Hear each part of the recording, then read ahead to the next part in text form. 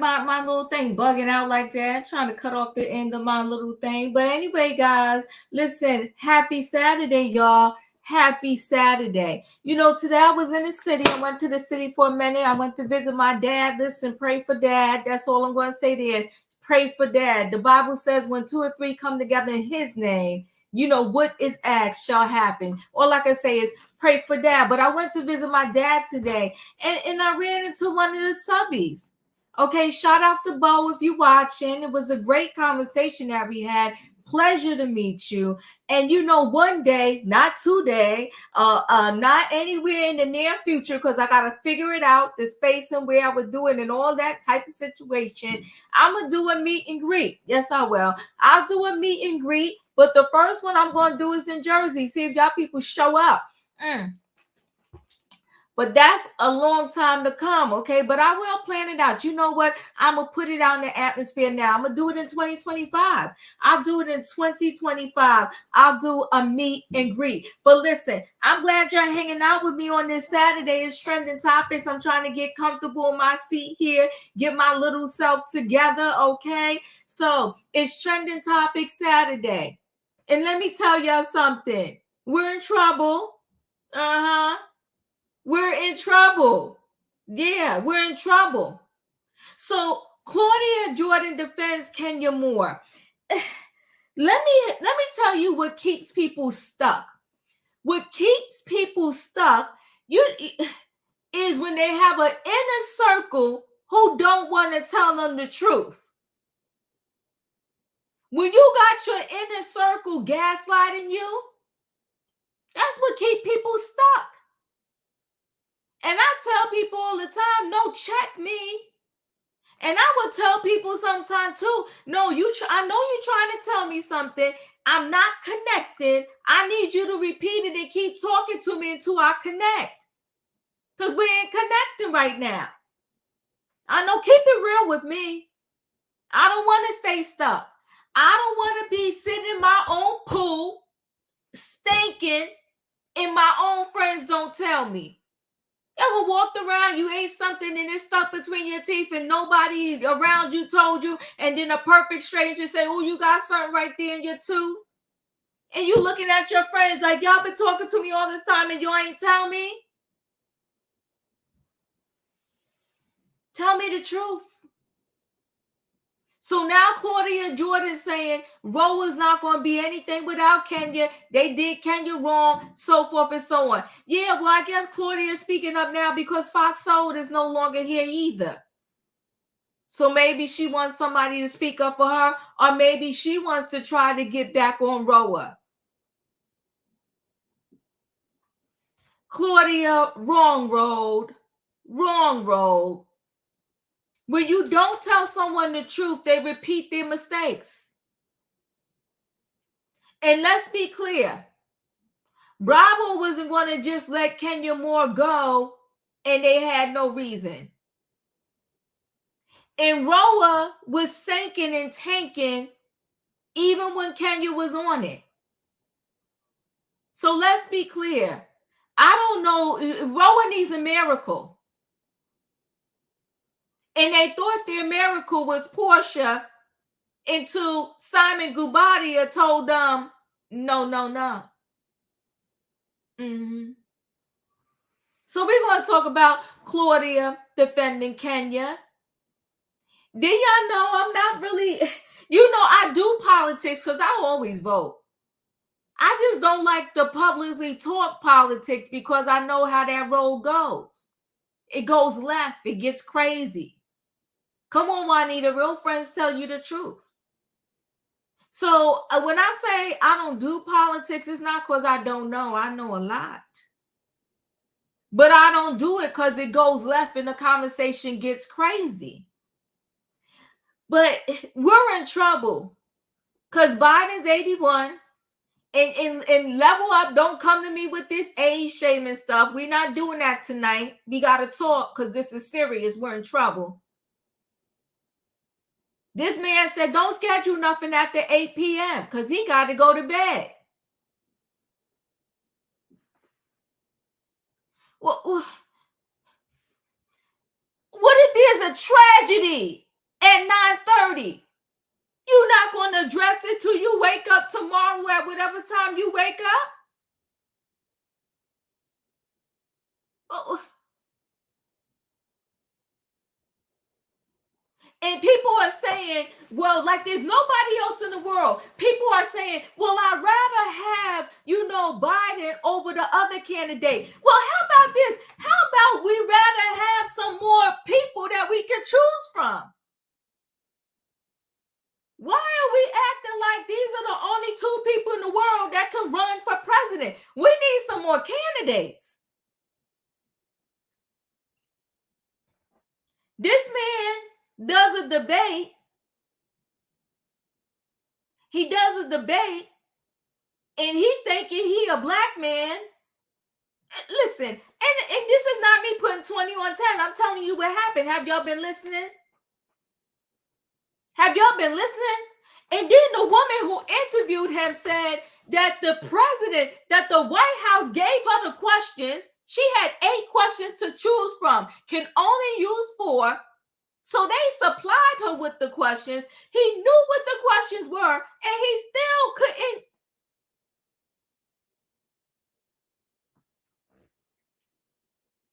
He still couldn't answer the questions. You knew what the questions were ahead of time, and you still couldn't answer them.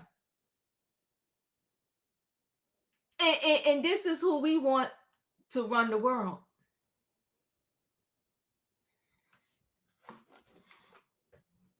It's crazy to me.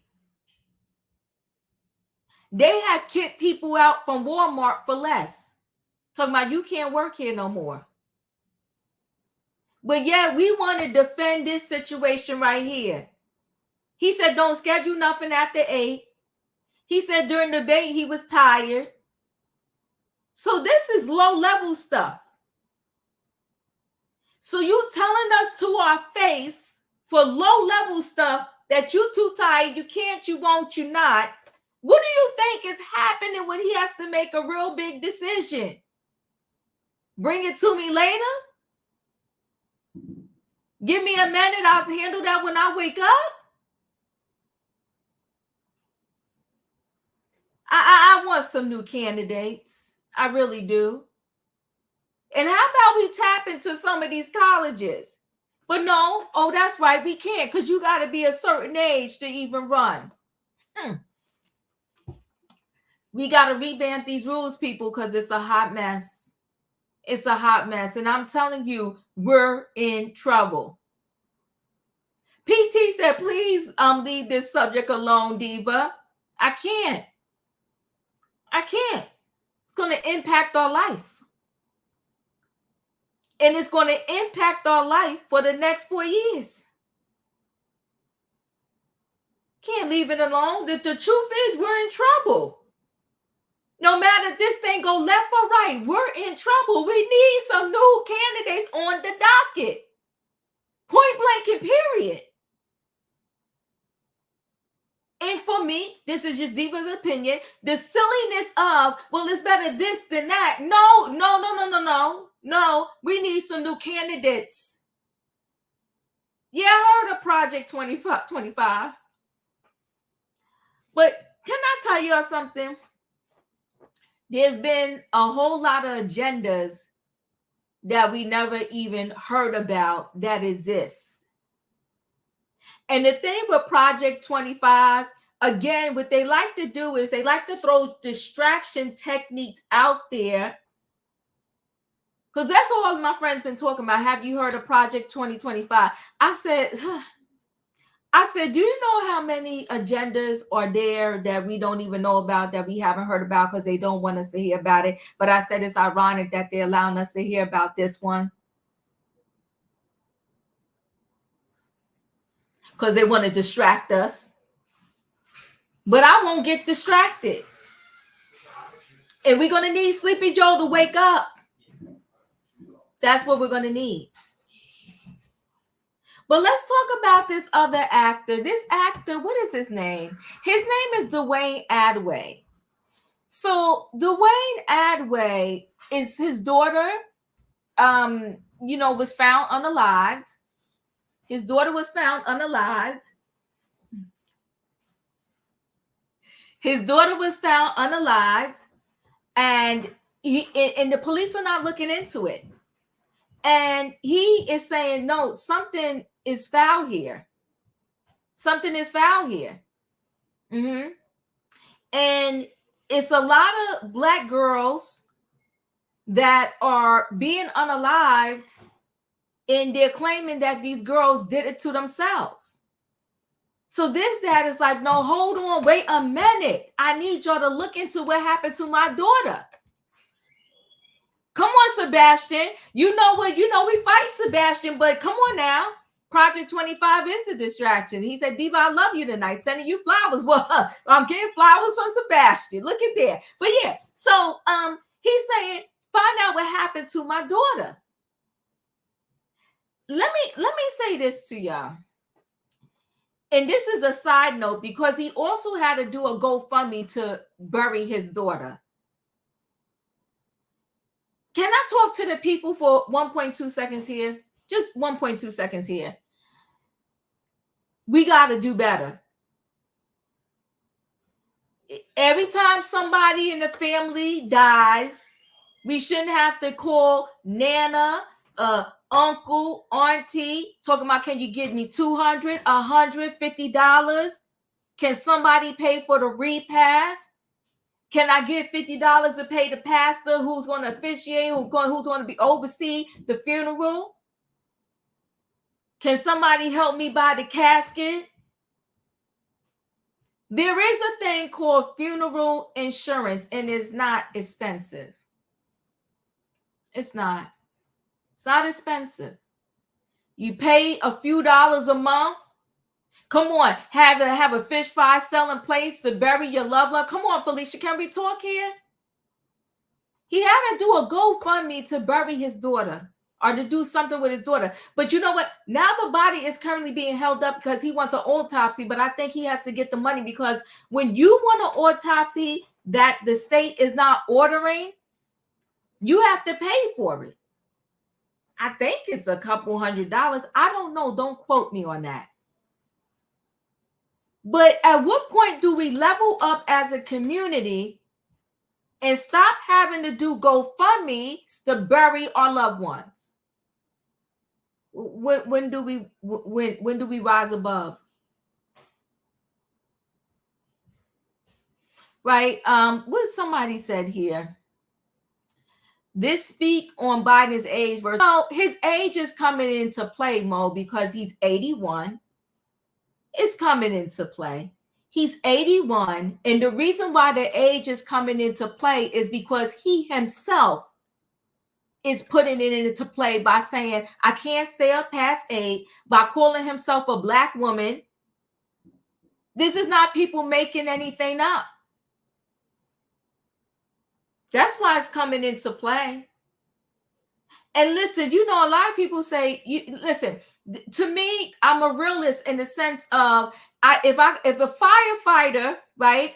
If a firefighter is 99 years old, I would rather him do that in somebody else's town versus mine. I'm sorry. And you know, everybody's saying that no matter what Biden, they would vote for Biden over Trump. But what I'm saying is we got to rise above that. We need more candidates. We need more candidates.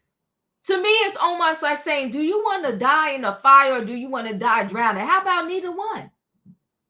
None of the above. That's what I'm going to choose. I choose E. None of the above. I want more candidates so I can have a fighting chance with my life, with my livelihood, with the future for my kids and everybody else. My aunties, my uncles, my sisters, my brothers. I want some more candidates. I don't want it to be either A or B. It should be A, B, C, and D at the very least. So we're here. Listen, I told you I really don't do politics on the channel, but we're in trouble. We're in trouble. Then somebody said, Did somebody say there's a troll in the building? If there's a troll, let me know the name and I'll take the troll out. Right. Yeah. Okay. No, I'm sorry. I read something different. Okay. Listen, guys, I'm glad you're here tonight. Listen, if y'all want to have the conversation, let's have the conversation. If you don't, and you got to skip this live, I get it. I get it. But y'all know me, I don't sugarcoat nothing. If I decide I'm going to talk about something, then we're going to talk about it. Okay? Buckle your seatbelts, because tonight's going to be over tonight. If you're ready, you're ready. If you're not, I understand. I still love you either way, but I'm not going to curb my conversation. I'm going to have my conversation, and I'm going to talk, because like I told y'all, I don't talk politics on my channel, not because I don't know it. It's because I feel like I got to do so much education on it. But tonight, we're going to talk. We're going to talk. All right, guys, y'all know what I need in the chat. I need a what? I need a choo-choo. Hold aboard, everybody. Tonight is Saturday Night Trending Topics, and the title is We're in Trouble. Somebody put in there hashtag We're in Trouble. Okay, so Claudia Jordan defends Kenya Moore. We're going to talk about it. We got Biden's future. Okay, Sleepy Biden. We're going to talk about it. And we're going to talk about, unfortunately, this actor who said, listen, my daughter did not unalive herself. I need y'all to look into it. I need y'all to look into it. All right. So let's talk. Let me go ahead and bring the people on in the building. Let's see who's going to hang out with me tonight. Hey, Leo.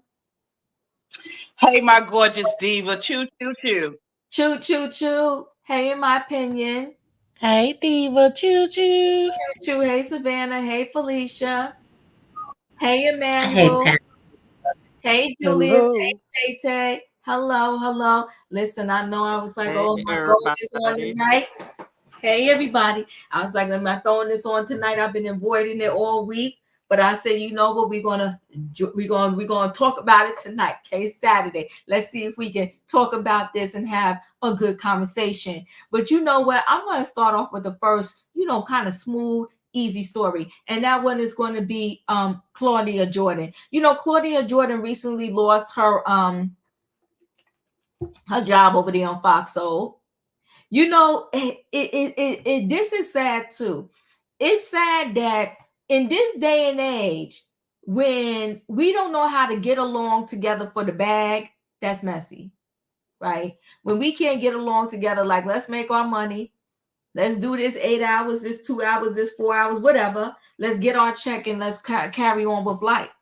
When we can't do that, it's messy. So, Fox Soul, they went over there, they all messed up their check, and now their checklist in terms of working for Fox Soul, right? So, but Claudia Jordan, I guess she's trying to get back in on ROA, or maybe on a show over there on Bravo. I'm not quite sure what she's trying to do, but she is coming to the defense of Kenya Moore. So ROA alum Claudia Jordan defends Kenya Moore over tragic sex poster scandal. She says she's never been a liar. So you know what's interesting to me? This is when people are doing the straight foolery. The foolery is, how can you claim that anybody in this world never been a liar? Everybody in their life has told a lie at one point in time in their life. So to say that she has never been a liar, I mean, are you kidding me right now? Not you're just doing too much. You're doing too much. She's never been a liar. All right, so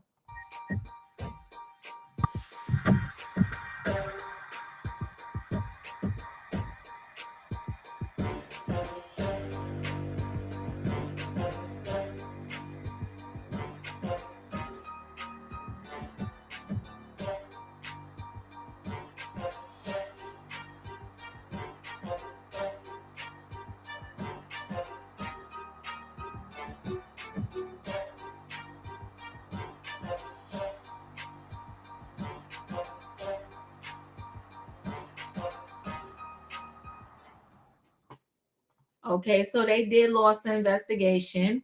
Okay, and after the investigation, that's when Kenya Moore had to go, right? So Claudia Jordan is defending her former Real Housewives of Atlanta co-star Kenya Moore after the latter was booted from the show following an oral S poster scandal.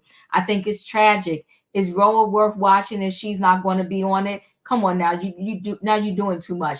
I think she's a big part of that success, and I hope it's only a temporary thing, the radio host told TMZ Saturday. Jordan 51 also claimed that Moore 53 has never been a liar. Huh?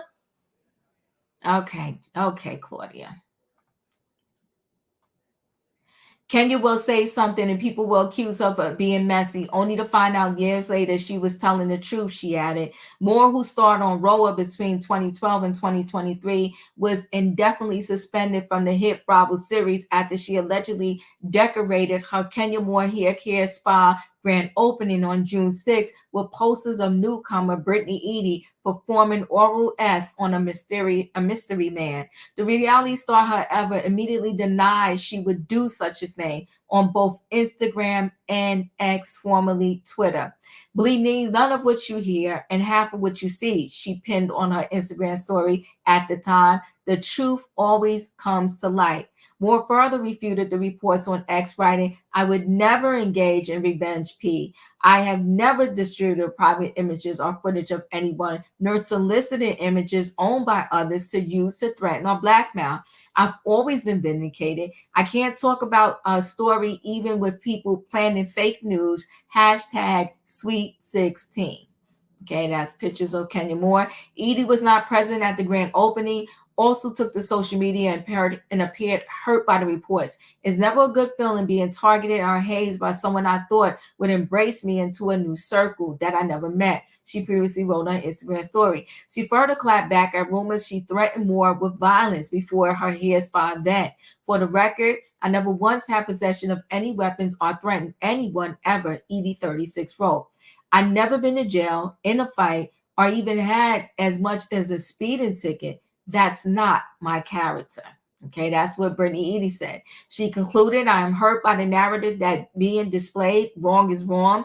Following Moore's suspension, the housewife promised fans she wasn't going anywhere. You be seeing me, she confidently stated during an Instagram live on June 14. I'm not going anywhere despite all the stuff surrounding whatever it is people decided they want to write. Okay. However, on June 25th, Page 6 confirmed the former Miss USA winner would not be returning to Roa for the remainder of season 16. More than threw shade at Bravo, the network that airs the series following their exit. My life is best. Myself and my daughter will continue to thrive in a non-toxic environment where we feel appreciated and most importantly protected. She wrote alongside a carousel of vacation pictures that featured the 5-year-old daughter, her 5-year-old daughter, Brooklyn. Aside from Jordan, several Bravo celebrities have defended Moore since the scandal came to light. Okay, that's Brittany Edie. From former Housewives of Beverly Hills star Brandy Glanville wrote via X, women are physically fighting on Real Housewives of New Jersey. That seems to be okay with producers. Where is HR now? Create the villain, enable the villain, praise the villain, then punish the villain for being a villain. She added a second message. Candy Burris, who starred with Moore on Roa, recently said on the Young Jock and the Streets Morning Takeover show, I know a lot of people are like, she shouldn't have shown that. But this is Housewives. How many times we did something that you think somebody shouldn't do? So who made the rules? Why y'all all of a sudden have such an issue with somebody doing something crazy to somebody? Burris 48 further defended Moore on Page 6 virtual reality podcast. A lot of people are like, how can you support that? And I'm like, at the end of the day, she didn't make up anything about somebody. She told us. Production on season 16 begin in May per Bravo. It is set to premiere sometime in 2025. Whoo-wee. Leo, your thoughts? I don't know. Like, I'm about sick of all of them, to be honest with you, Diva. Happy Saturday, everybody. I'm sick of Claudia Jordan and this story, her story. I'm sick of Kenya and her story. The job is gone. The job is gone. You know, whether or not the people think it was right for her to display the pictures, whether or not it was wrong for her to display the pictures, the job is gone. That part. I ain't got nothing else. It's done. I appreciate you. Thank you so much. In my opinion, you're up. Well, Claudia always think nobody lie because she lie too much. So I don't know if she know what the truth is. But I don't want to hear nothing from her. I appreciate you. Emmanuel, you're up. I agree with in my opinion. Claudia lies. She talking about Kenya. I'm sure Kenya has lied many times on the show about a lot of things. So I don't know what she's talking about. I'm so done with Kenya Moore and with Claudia. Goodbye. I appreciate you, Emmanuel. Felicia, you're up. Hey, good evening, everybody. Happy Saturday. So I heard you read the story, but I didn't hear even though you had Claudia in the title, I didn't hear what Claudia had to do with the story other than that she said that someone rarely ever lies. So it sounds like it was a paid piece by Miss Moore's people. So the reality of her reality job not ever coming back has hit home. So she's really in it now, and she's trying to figure out how she could possibly save it. And it's very sad. Yeah. Thank you. Okay. I appreciate you, I'm Felicia. done. Savannah, you're up. Claudia Jordan needs to worry about Claudia Jordan.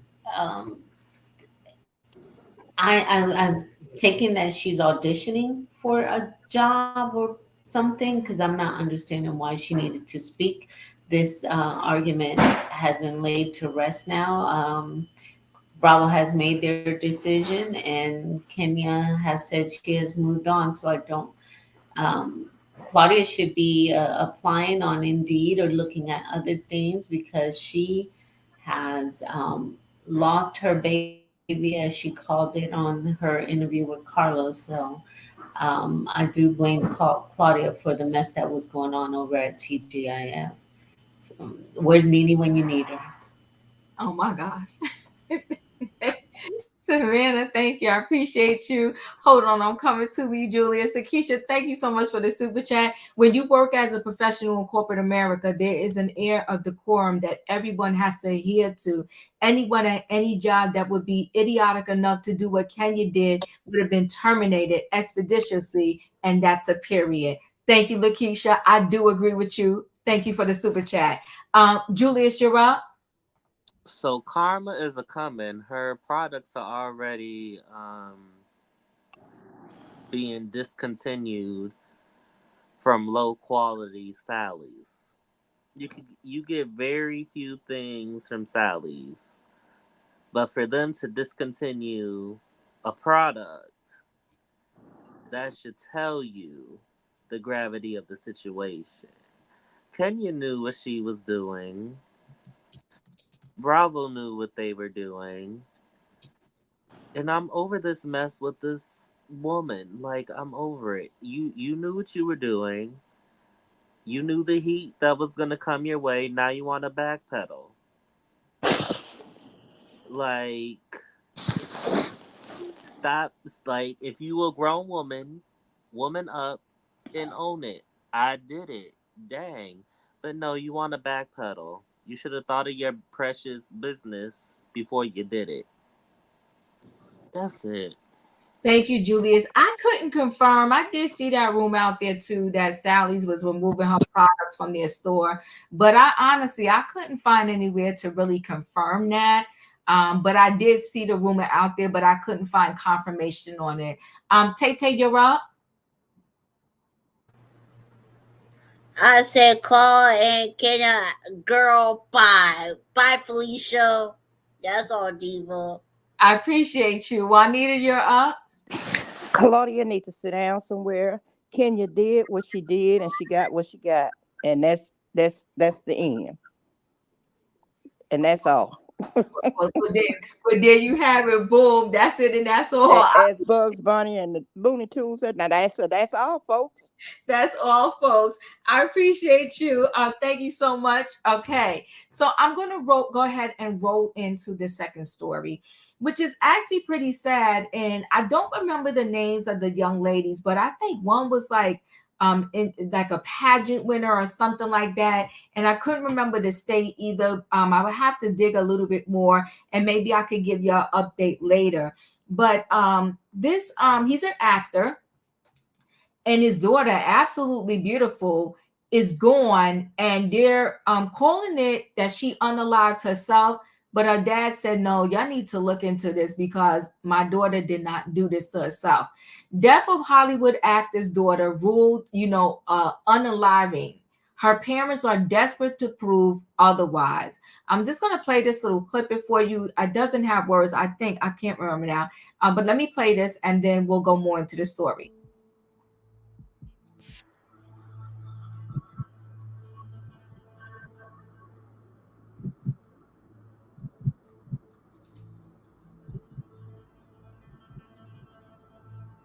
Can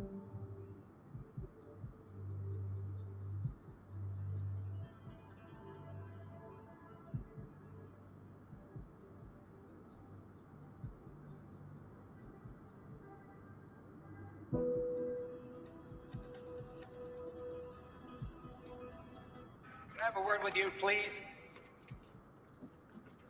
You're done for the day. Thanks for stopping by. What?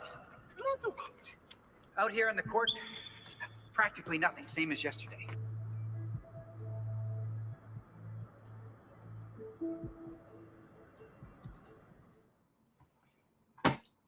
So I don't know if you saw really quickly there, he had to raise money online to pay for a funeral. The body of a Hollywood actor's daughter has been sitting in a morgue for weeks as her parents desperately try to prove the young woman's death was not her unaliving herself. Authorities contend Delana McKay, whose dad, Dwayne Adway, had numerous television roles in hits like CSI, NYPD Blue, ER, and The Steve Harvey Show, took her own life after she was reportedly found May 23rd hanging by a scarf in her bathroom. A man who called 911 claiming to be her boyfriend said he tried to revive her after finding her body, but she could not be saved. And there she is, absolutely beautiful. An autopsy. Let me just pause that. An autopsy was not performed. The Los Angeles County medical examiner told the Daily Mail because an external examination in the circumstances of her death made one unnecessary.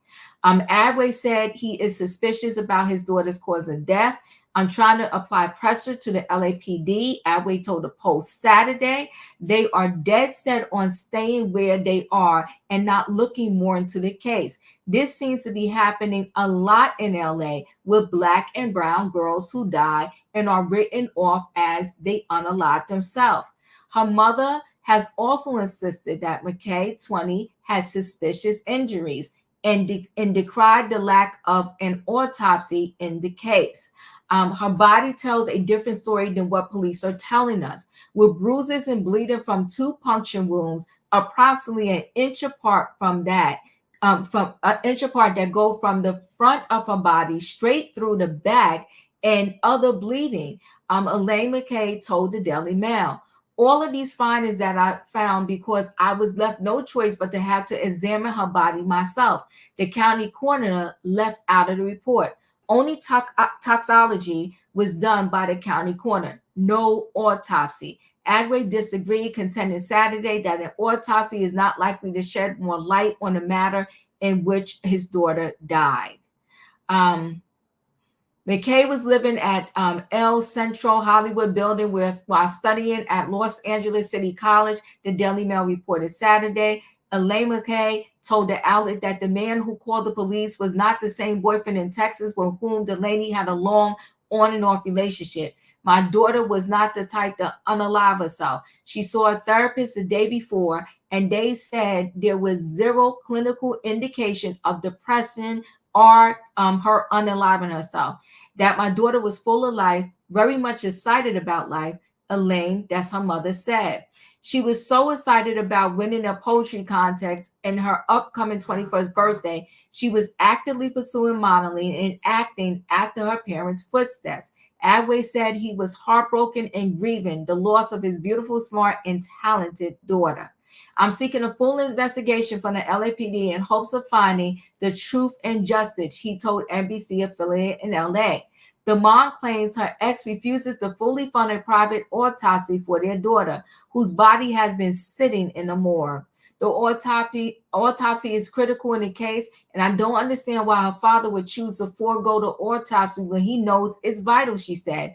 All because I don't have my half, when he has money more than enough to just pay for it in full. Why would he do our daughter like this? She's just been sitting at the mortuary since June 18th.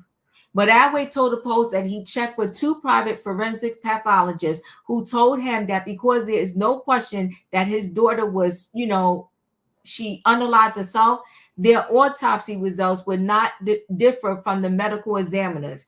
The issue is not that she was, something around her neck, but the matter in which she had something around her neck is in question, Adway said. The pathologist would not be able to determine that. That is up to the LAPD, and both the mom and I have been to see them about investigating the case more. Adway said he has met the man who called 911 about his daughter and said he had concerns about his behavior. He declined to give the man's name. The medical examiner could not immediately be reached for comment. So there's many things. May this young lady rest, in peace. It's unfortunate that her body is still in the morgue. Absolutely gorgeous. But now you have a situation that is layered because her parents are fighting, right? Layered because one wants an autopsy, the other does not. The only thing that they're in agreement with is that they want the LAPD to do a bigger investigation about what happened to her, but they're not in agreement about the autopsy. The whole thing is so messy and so sad. I don't know, Leo, what are your thoughts on this situation? You are correct on what I'm reading with this article. It is so layered. My condolences go to the family and the friends and the community. She was a gorgeous young lady. I'm quite sure there are people that are mourning her loss. I don't doubt that she was talented, but certain things in that particular article are convoluted, right? So it's this question of, there have been people, young women of color, that have been unalived, and people are not accepting that this is the outcome of their loved one. That's one thing. 2, it is the local government and the establishment of the coroner's office or a law enforcement that don't do automatic autopsies only if it's warranted. In this particular instance, when she was found with, in the circumstance of something being around her neck, they automatically put that as the circumstance in which she was unalived. Okay. Mm-hmm. And then the third thing is this family dynamic. So they both, the mother and the father, both agree that the circumstances are questionable of the unaliving of their daughter, but the mother wants an autopsy that she can't pay for, but the father doesn't want an autopsy that he can pay for, supposedly can pay for.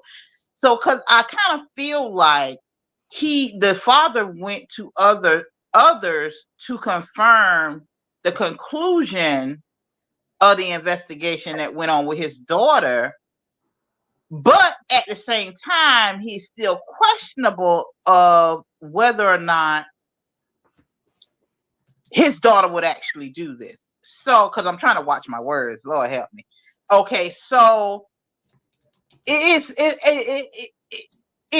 it's all these questions and they want answers, then the family themselves are going to have to invest in trying to get those answers. Mm-hmm. I don't see how you can question on one hand, but then not invest on the other hand to finding out the answers. And the first step is an autopsy, and wanting the father to pay for it solely.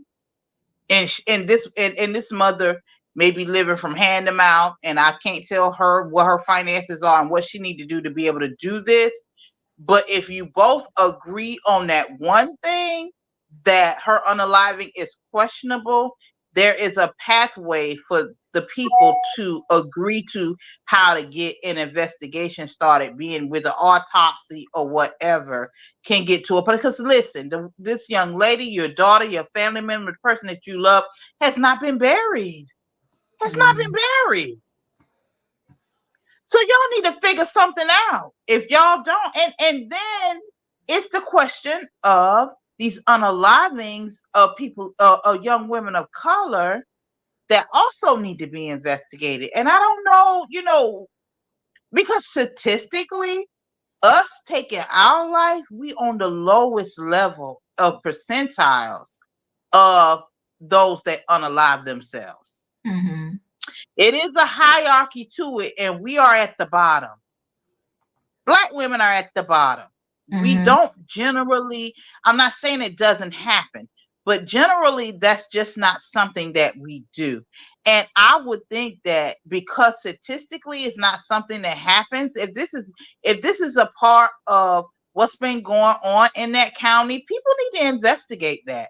Because statistically it's just not a thing. It's just not a thing. I think it's like 0 something percent. It's not a thing. So, bless this family. I pray for their healing and I pray for their resolution. And that's all I got, Diva. Yeah, and I understand. It's sad. In my opinion, you're right. Okay, so I'm kind of with Leo, but here's my thing. It's the boyfriend for me. I can't understand how you're in the house with somebody and they unalive themselves and you don't know about it, because we all know when that's being happened to you, you're making gurgling noises, everything. It's a lot of strength. You know what I'm saying? She would have had to step on something. Come on now. So you would have had to hear the chair drop or something for her to do this to herself. I can't understand this boyfriend being in this house this whole time and they saying she did it to herself and he didn't know nothing about it in time to save her. But then coincidentally, he's able to take her down and try to do CPR on her. And then all of a sudden it's bruises and scratches and stuff in her head and stuff. I don't understand how this happening from strangulation. That just doesn't happen. So there's a lot of missing pieces in this puzzle that I don't think the police is taking very serious. And it may be because she is a vile persuasion. But I'm just saying it ain't clicking for me. So for me, the police need to be held accountable because they're not doing their job as investigators. If we're sitting here on a public platform and can ask questions that they have not asked themselves, then they're not doing their job. Come on now. And like the mother said, if she got evidence from a therapist that this girl just saw the therapist and the therapist had no clue that this girl had plans or wanted to unalive herself, something in this don't sound right. It just don't sound right. Emmanuel, you're up.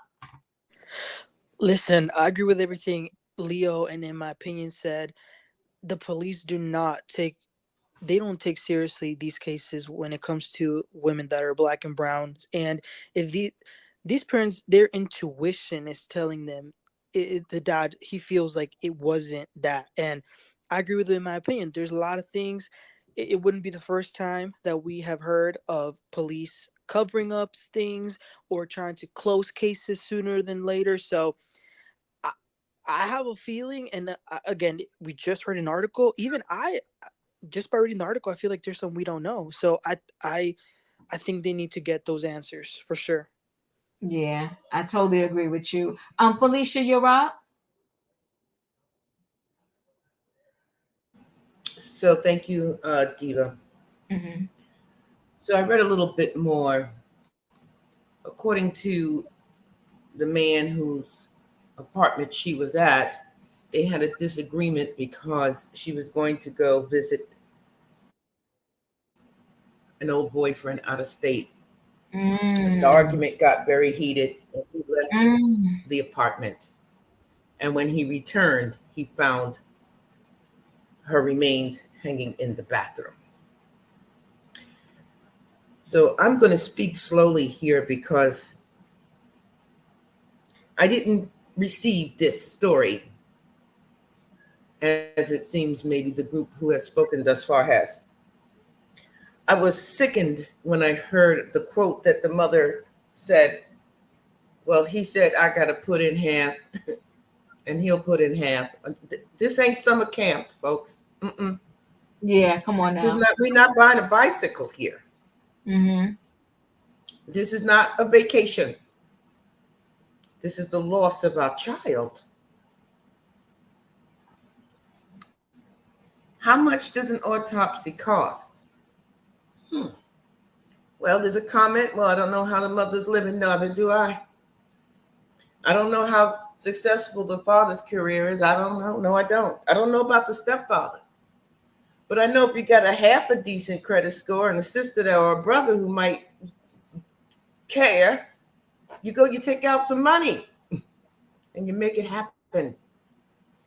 Because this isn't a situation where you get a redo next year. Right. You're really looking for answers? You want to know the truth? You pay for it. You let these people know you're serious. Not that I'm waiting for her father to put in half.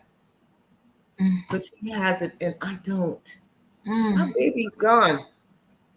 And I need those answers last month. Because I understand this happened last month. Yes, it did. And then so people are confused. Yes, they're confused because they're trying to figure out why this family hasn't moved forward to find out the answers that they need. And this girl body's still in the morgue and it's July. Exactly. And then they're saying, well, we know she was very happy. So you know what? And everybody who want to disagree with me, come for me. You can come for me tonight. Come for me. Yeah. She's very happy. She just won a poetry contest and her birthday's coming up. But I'm hearing mom and dad are fighting about putting in half. What kind of parents does she have? Even if it's true, why would you even go public with a statement like that? Oh, yeah, you talking. Mothers and fathers and grandparents and sisters and brothers and friends fail each other every day. But it don't have to be public. We got a situation. It's a financial one. So let's do another GoFundMe and be quiet and make this thing happen. I think the situation here, Diva, when you opened up, you said something about, well, insurance is very inexpensive. But the one thing insurance will not carry and cover. Oh, is that? You got it. Yeah. So with that being said, and for those who maybe didn't understand, I don't want to say that word, but traditionally insurances will not cover for that. So maybe someone's concerned about being reimbursed or there not being a payout. There's a lot going on here, yes. But are we really going to put all the weight on the medical examiner? Are we really going to put it on the county of LA? Or is this, or has this possibly been how she's had to live her whole life with her mother and her father and her stepfather disagreeing about her value and what she's worth? How successful and active is your father? And you're going to LA City Community College. Come on, I mean, I can go all the way in. I can go all the way in tonight. I'm not the one who always is going to say, oh, it's the establishment. There's a lot going on in this family dynamic, and it seems to be about money and finances. Not about truth and justice and what's the best interest of our daughter, whether she is here in this life present or gone on to glory. I'm done. Yeah. Whoo, this is layered. Savannah, you're up.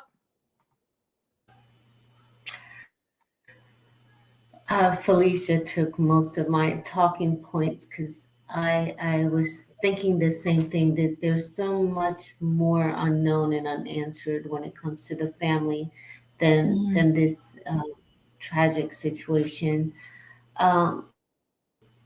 and to know that their baby girl is still lying in a morgue a month later because there's a disagreement on getting an autopsy done. If I have to drive Uber, DoorDash, whatever I needed to do to make that happen, as a parent, that's what I need to do. And it seems like they're more in the family is just arguing about who's right instead of doing what's right.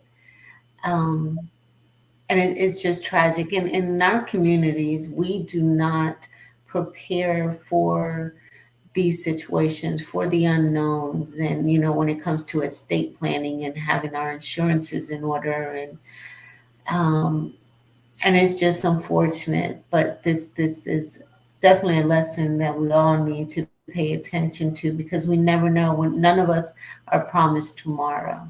So, and it is just sad, because here's a young girl that is still in a cold box waiting to be cared for. Very sad. Julius, you're up.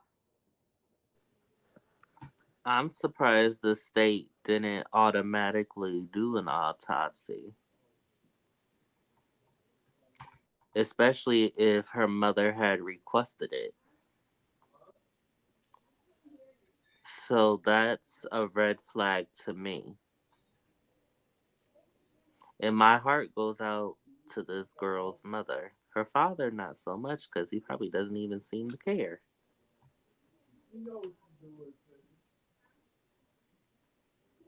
So, yeah,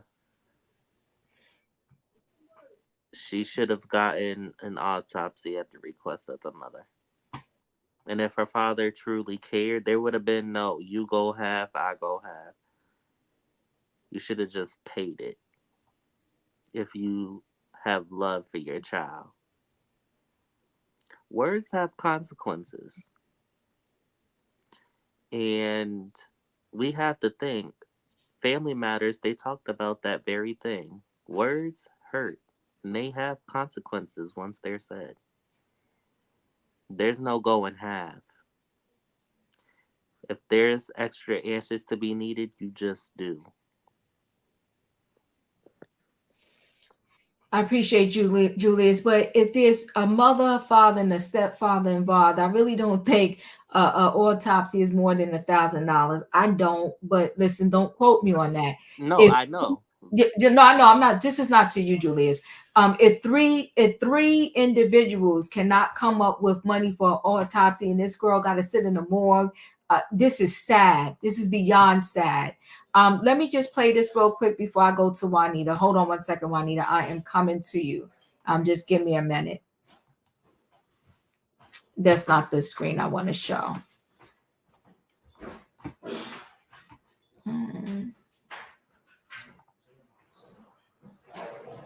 I think this is it. Hey, Diva. Yeah. In California, the cost of an autopsy is $3,931, which cover most autopsy fees, and any unused funds are refunded. Yeah, it's still crazy, right? But thank you for that information. A woman found dead in Hollywood, and what police say was a suicide says they want the police and coroner to take another look. The family says the coroner never did an autopsy. Good evening once again, everyone. I'm Colleen Williams. And I'm Michael Brownlee. Investigative reporter Eric Leonard joins us live with more on what happened here. Eric. Well, Michael and Colleen, 20-year-old Delina McKay's family says this is really a case of what didn't happen. They say they're upset her death was ruled a suicide without what they say should have been investigation 101. They say there were no signs of mental distress and no note. Did she take her life, or was her life taken from her, is like the question that we shouldn't necessarily have to be asking. Kayvon McKay says he and his parents can't understand why it appears little was done to find out what happened to his younger sister, Delina, on May 23rd, about a month before her 21st birthday. McKay was about to graduate from LA City College. She wanted to move on to UCLA and hoped to follow in her father's footsteps to become an actor. People were attracted to her, if that makes sense. Like, her personality and everything she wanted to do, from like modeling to acting. It was like that was her little niche. Her family tells the I-Team she was in the process of finding a new place to live because she had broken up with her boyfriend, who shared her apartment on the 3rd floor of this building at Hollywood Boulevard in Argyle. And it was here where the boyfriend told police he and Delina argued the night she died, after he allegedly discovered she was chatting with a former boyfriend in Texas. According to this police report, they continued to argue about the phone call, and the boyfriend left to de-escalate the situation. When he returned, he told officers he found her hanging from a scarf tied around a shower curtain rod above the bathtub. The report says he called 911 and did CPR. Paramedics took over, but pronounced Delina dead just after midnight. I want the coroner's office to do their job and like let's look into the details. The family says the LA County Coroner's Office refused its repeated requests to perform an autopsy. The coroner telling us in an email this week, based on the examination and the circumstances surrounding the death, an autopsy was not required to determine the cause and manner of death. McKay's parents and family met with detectives at the LAPD's West Bureau Homicide Unit last week, but they say they're not satisfied a thorough investigation was done. They say they've discovered more information from Delina's friends that they think should have been pursued more aggressively. We need a way to just get answers so that we can understand, if she did do it and we're just in denial, or if it is a homicide case. And if it is, we need to get justice for her, but we can't do that without evidence. The LAPD told us it's confident its detectives did a thorough job here and say they tried to address each of the McKay's family concerns. The LA County coroner told us while it's ruled the case a suicide, it also says the case is technically still open, so it wouldn't comment any further on the family's concerns.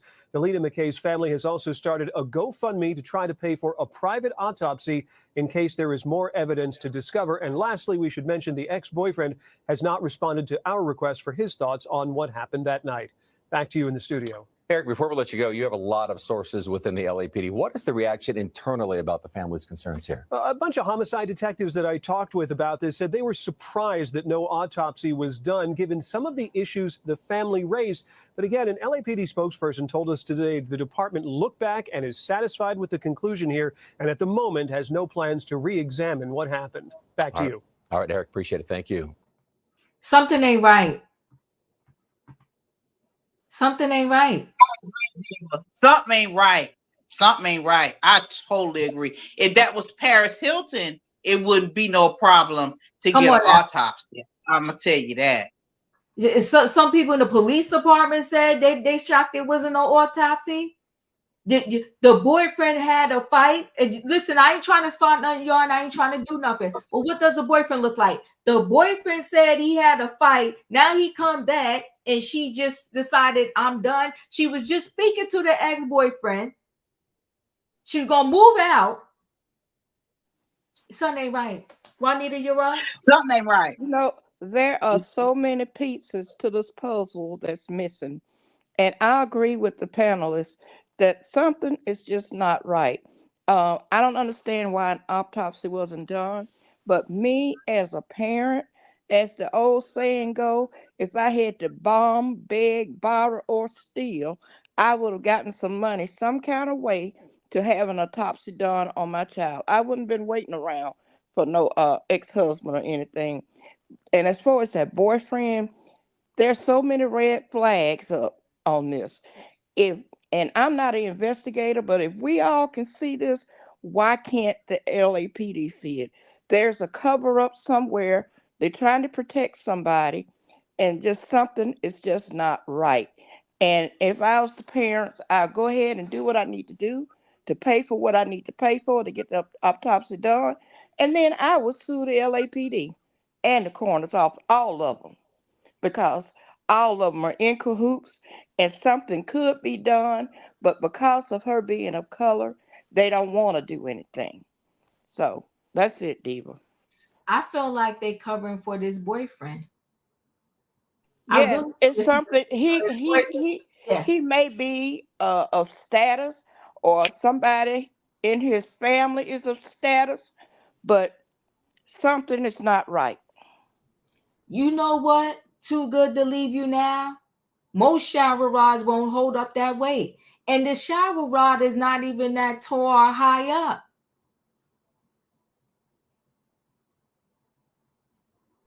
It's a cover up. A shower rod don't hold up a kid. My kids done broke down. I don't know how many shower rods. It ain't even sturdy enough.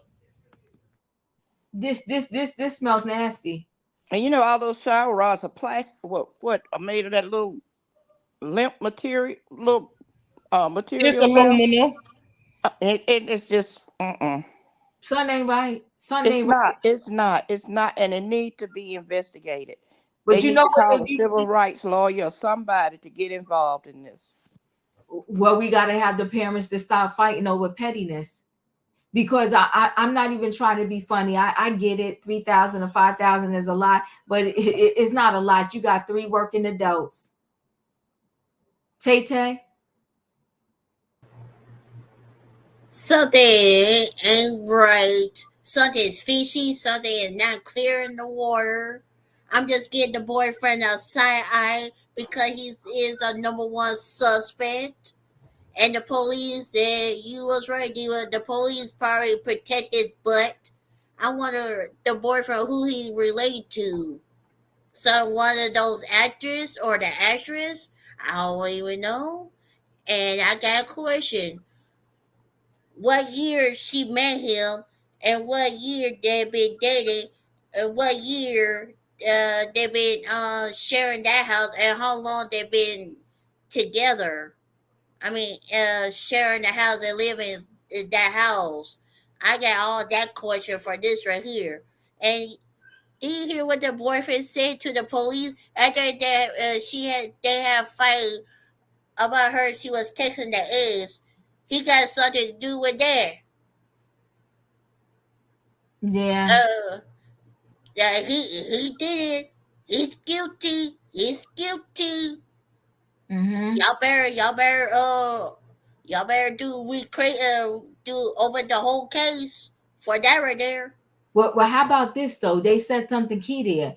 If y'all determined and y'all don't need an autopsy, why is the case still open? The newscaster said that the LAPD said they can't comment on an open case. This case is still open. Why is it still open if y'all are 10 toes down that she did this to herself? Part. This is messy. That part. Lakeisha, thank you so much for the super chat. They did not. And the father said he spoke to the boyfriend and he don't even want to say the boyfriend name. This is a sick, hot mess. It's a cover up, Diva. They protecting that boy. For some reason or the other, they're protecting him. We know the race by their actions. Think about it. Yeah, this is extremely sad though. Because if it was the shade of any one of us on this panel, we already know.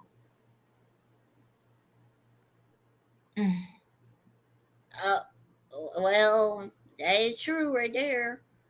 My question is, I just feel bad for the family. You know, I just the girl by been there like for last month, right there. That just don't make no sense to me at all. I never heard a body being a martyr that long right there because of what the coroner refused to do it to her body because of that right there. No, I with Juanita on this right here. I will sue everybody, the police, the coroner. Yeah, I will sue them because I want to know is my daughter did the S word or did she get unalive by the boyfriend? That's why I want to know. That's all, Diva. Thank you. And they said she used a scarf. She just happened to have a scarf that was long enough, right? And the scarf ain't gonna be long enough for that to happen around her neck like that. This whole thing don't even make no sense. It doesn't. This is a mess, right? And the statement, he admittedly a motive, a jealous boyfriend. You better talk about it, Special K. It said they were in LA, Brown Eyes. LA. And Diva, just And I'm like when we taking did that court case on that girl who killed her boy, who unalived her boyfriend, who was the cyclist. And, you know, all because she was a jealous girlfriend. I had to clean myself up there. But she was jealous. And this is making me think of that. Yeah, this is messy. This is messy. I'm gonna stay connected to this story and see if we get any further. But the first thing that really needs to happen, that mom and dad need to have a meeting. They need to get on one accord. They need to get on one accord because this is sad. So let me go ahead and roll into the last story. Okay, it's politics, but we're going to talk about it. We're going to have a conversation about this. And, you know, I get what many people are saying. Many people are giving up, and their give up is, listen, if I want candidate A, I'd rather have candidate A, whether they have reason or whatever, versus candidate B. And what I'm saying is we need some more candidates because this is a hot mess and we're in trouble. Right. And this job is extremely important. This is not, and I'm not saying these jobs are important. This is not, you greeting the people as they walk through the door at Walmart. This is serious. Okay. And in addition to that, at any given time when you're in that position, if something happens, you got to sometimes get up out of your bed and go right to the scene of whatever's going down. Or you got to get on, you know how your TV say breaking news? You can't wait to do breaking news too when you wake up the next day. You know, there was a situation in New York. I covered this story on Trending Topics the other day, where unfortunately this man on the 4th of July, he drove his car into a crowd of people. Okay, he drove his car into a crowd of people. And Mayor Adams went to the scene of the crime that night. And let's not, come on, people. Let's not, hey Mo, listen, when it comes time to vote, I'm going to see what candidates are there because I told you I always vote. But see, let me do this. Let me say this, y'all. We got to have a real conversation here. This is not about me saying don't go out and vote. You'll never hear me say that. I vote for the local mayor in my town, whether I like who's running or not. I still go vote. Okay, so listen, if it was public record, you would look up. Ever since I was able to vote, I go vote. So I don't play with the voting thing. Okay, but what I'm saying to y'all is that right now, here in real time, we need some more candidates. We need some more candidates. And that's a point blank in the period, because right now what's going on is a hot mess. It's a hot mess. So let me go ahead and share the screen.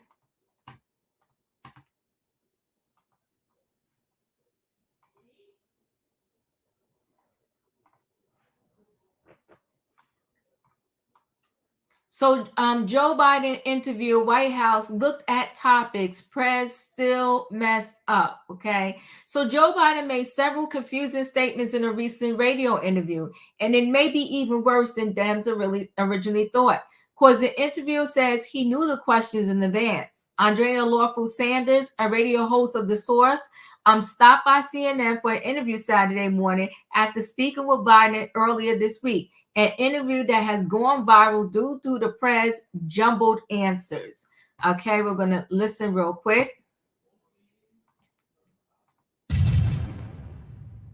By the way, I'm proud to be, as I said, the first vice president, first black woman, served with a black president. I'm proud to the role of the first black woman in the Supreme Court. By the way, I'm proud to be, as I said, the first vice president, first black woman, served with a black president. I'm proud to the role of the first black woman in the Supreme Court. If you haven't seen the interview, Biden mixes up his words on several occasions. At one point, accidentally calling himself the first black woman to serve with a black president.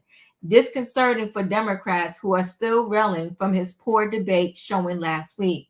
On CNN today, Andrea Lawful Sanders, the host of WURDS, The Source, said Biden's staff fed her the questions for her live interview with the president. She chose 4 questions from a menu of 8. The questions were sent to me for approval. I approved them, she said.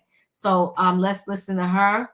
You asked 4 questions, and maybe that's what you were allowed to ask by the campaign or the White House. But they were essentially the same questions, both interviews, about accomplishments, progress in your respective state, what's at stake in the election, what he has to say about his debate performance, and what he would say to voters who think their vote doesn't matter or might sit this election out. Were those questions given to you by the White House, or did you have, or the campaign, or did you have to submit questions ahead of this interview? The questions were sent to me for approval.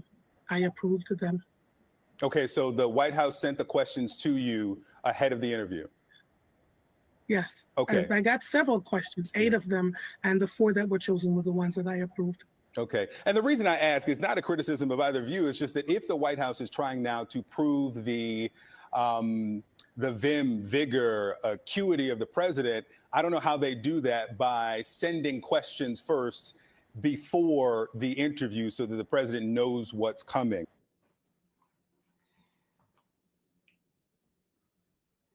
Well, Lawful Sanders didn't put literal minds at ease, saying she found it particularly odd because the White House gave her the questions to ask Biden, and 46 still messed up his words. The New York Post says they spoke to Biden campaign spokesperson who told them the talking points came from them, but the questions themselves didn't. So a little, she said, they said, going on in this situation. But either way, it's still a whole mess up. I forgot how indecisive. See how long this was. We're gonna listen to a little bit of this. Of course, Biden screwed up. Hold on. Now you're in a situation where there are 40% fewer people coming across the border illegally. That's better than when he left office.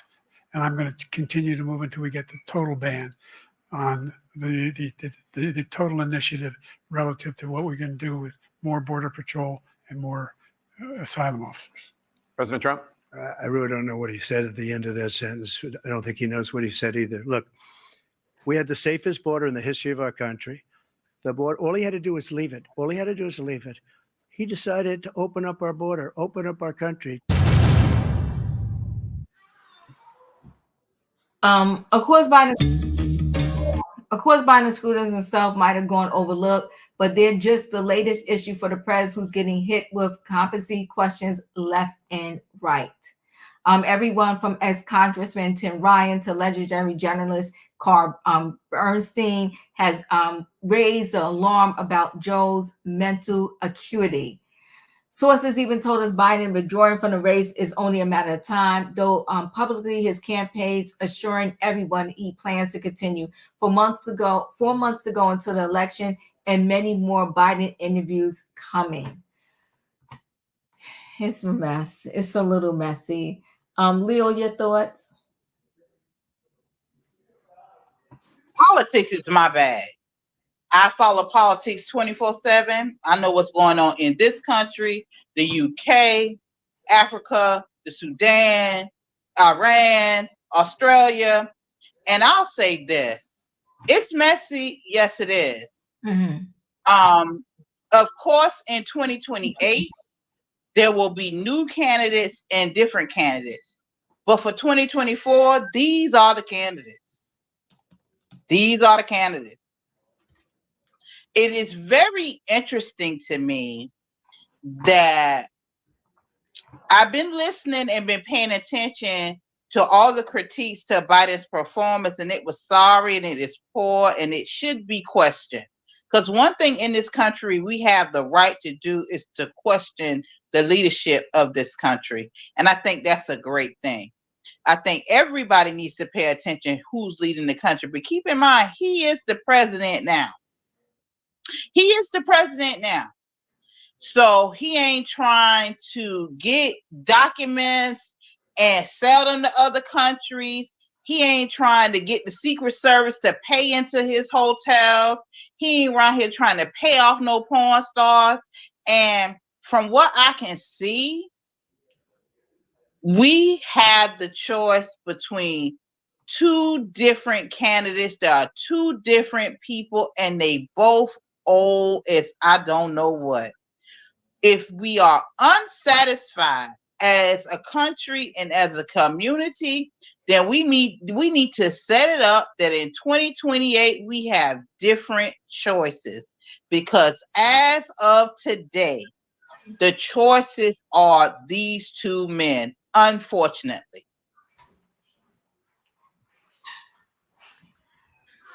I hear you, Leo, but see, that's why they're trying to see if he's competent or not, right? Because if they can prove that he's not, then it's a whole nother monkey wrench thrown into the game. No, it won't change anything. It will not change. They can find that he is incompetent tomorrow. When the Democratic convention comes to play, he will be the nominee, as well as when the Republican convention comes to play, Trump will be the nominee. Everybody can talk about it. They can look into it. They can do it. He got all he needed in the primary votes legally. He got the primary votes to be the nominee. So let me rephrase what I'm trying to say here is that they're trying to push for this competency. And the reason why they're trying to push so that they could prove that he's not competent, and they want him to step down. And if he does step down, then it is going to throw a monkey wrench in the ball game. It's not going to be like, won't happen, but I'm off the line. Thank you. Yeah, it won't be just because he stepped down. Oh, now Trump is going to win. No, it's not going to be that. So they got an agenda here that they're trying to push and trying to prove. Let me see. It's completely irresponsible to have an 80-year-old man running for president. We need a whole new party. This is ridiculous. Well, Callie, I'm with you on this. Right? And I don't think this thing is over. But listen, we only got 4 months. Time is going to tell. In my opinion, you're up. Okay, so I'm gonna say something, probably gonna throw this whole train off the track. Y'all just bear with me for a minute. Okay, we need to change our policies. Come on now. And then get some people in here that's gonna do it. Because first of all, I don't understand how a convicted felon can't vote, but a convicted felon can be a president. Now, that makes sense on any map. Okay, I'll take Sleepy Joe with his stuttering behind and forgetful mind over a convicted felon that was ready to eliminate us all, okay? Because he lost an election. I'm sorry. I cannot get down with that. That man started this insurrection. We should not forget about that. That man started a war. We should not forget about that. That man took the records to Mar-a-Lago and hid them there. Classified documents. He's not been punished for none of those crimes yet. And he still has court dates coming up. I'm telling you, if y'all sit here and give this election to anybody else because y'all scared of Sleepy Joe, he got a lot of people behind him. So if Sleepy Joe fall out, Kamala gonna step up, okay? And she gonna have another vice president there to help her. But don't y'all put this in the head of that criminal gonna wipe us off this map and have us in slavery again.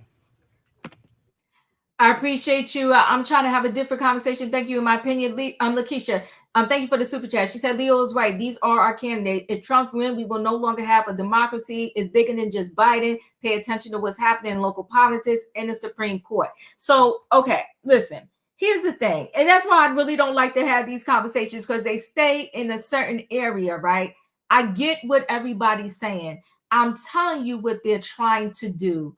The reason why they want to come up with saying that he's not competent is because they want to pressure him to step away and to step down and to not even go down this particular road. And I do get it, okay? I'm not asleep here, right? You know, it's like, okay, these are our candidates, so it's like it's either A or B, and most people are saying don't do B, Because, and y'all know who I'm saying B is, because of A, this, that, and the other. What I'm saying is neither one of them. I don't want neither one of these people in, and I want something to happen and something to be done. And for us to sit and say that nothing can be done because it's only 4 months left, precedent comes in for a reason, right? Never happened before doesn't mean that it can't happen. Okay. Is in everybody's saying, okay, y'all stay there. I'll be on the train alone. Everybody's saying it's too late because it's only 4 months left. I'm saying it's never too late. When you can allow Trump to go ahead and still run, then to me, it's never too late for anything. Emmanuel, you're up. Okay. So for the last 8+ years, I've been hearing from Republicans that the media is biased and the media is against them and all this. And the Democrats have called them out for it, rightfully so. But now they are the ones saying the same thing. Now they're the ones blaming CNN, ABC, and MSNBC. Look, after that disaster on June 27th, that debate, we are being told by certain Democrats, don't believe what you see, don't believe what you hear. He is fine. He had a cold. He was tired. Nope. He had 6 days at Camp David, you guys. 6 days. So you weren't working for 6 days. You were practicing and preparing. You pretty much knew what the questions would be. Your campaign established the rules for the debate. And this is how you performed? Not acceptable. This raises a lot of questions. What is going on in the White House every day? Who is running the country? I wonder.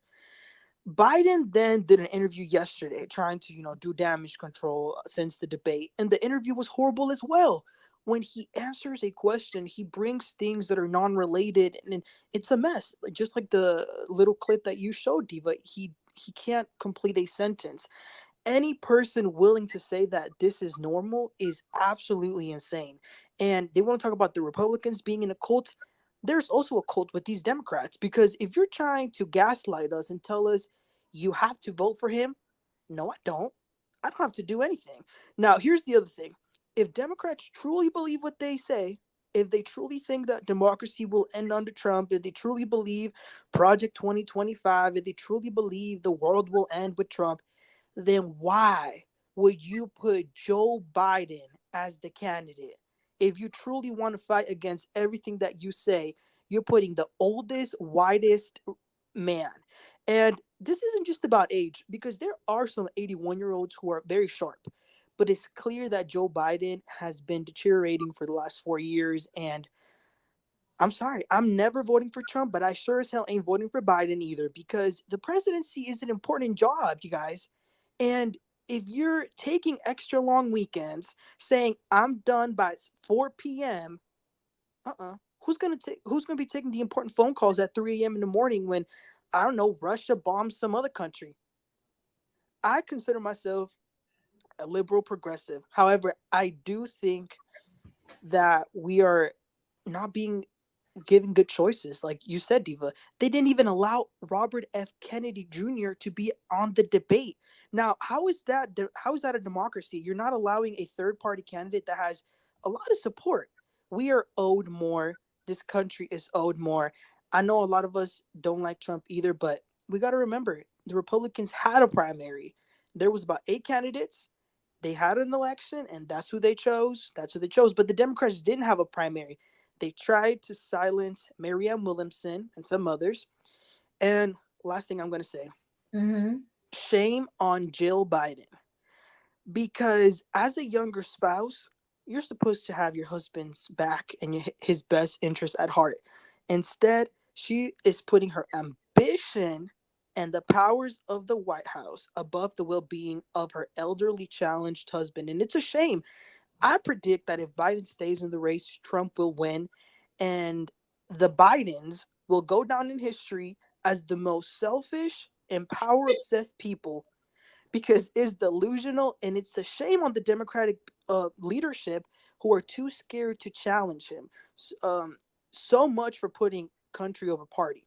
So if the Democrats truly care, if they truly care about this country, they need to replace him at the well, matter of fact, they should replace him now, because every day that goes by is a day wasted. You better talk. We need a complete transformation. I agree with what everyone's saying. We do need to overturn Citizens United and take money out of politics. It's a whole thing, but for now, this cannot be the option. I'm sorry, but that's all. Thank you. I appreciate you, Emmanuel. Felicia, you're up. It's wonderful to have freedom in this country so that everyone can have an opinion and get up and spill facts or spill non-facts in the manner that they want. So let's go back a little bit. No, I'm not the historical political pundit like Leo, and I'm not nearly as passionate as Emmanuel. But I do recall one of our former presidents, Ronald Reagan, and he was working in office and he was allegedly signing bills and he was making decisions. And we learned later on that the man didn't have full capacity to run this country, anybody else's country. But he was smart enough to have a team on his staff that kept this country going, and to the demise of some, keep his policies in place. And he had the lovely wife, Nancy. So I guess Emmanuel would feel that passionate about her as well, because between the psychologists, the numerologists, and the astrologists who would come into the White House to discuss what should happen on a day-to-day basis, the country still happened to hold on. So now we're talking about, oh, well, we're in trouble. Well, if you ask me, we really got in a big trouble in 2000 when the country's Supreme Court justices chose the president of the United States. So it didn't matter what the people voted. It came down to some, I forget what they call those little group tags for the votes. And it got so hectic and so angry and so confusing down in Florida. They said, well, let the justices decide. And they did. But the American people, being who they are, and this country being what it is, we hung on and we got through. So we had 2 terms of Bush, according to some people. Oh, maybe he wasn't the best president. He had some moments. I recall New Year's Eve. Somebody was choking on some popcorn and a whole bunch of other things happened. But we made it through. We made it through. And then we had Barack Obama come in here. And when he came in, oh my God, the whole world is going to go. The economy is going to tank. We're going down, down, down. There'll be no more America. Well, guess what? We're still here.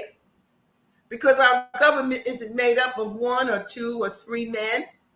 Okay, so he got a little bit confused. So Joe Biden was asked some questions about, I guess, the first of everything. So yes, he was the first vice president for the first president who was of a different hue, our Black president, Barack Obama. He then selected the first woman, the first Black woman to be vice president.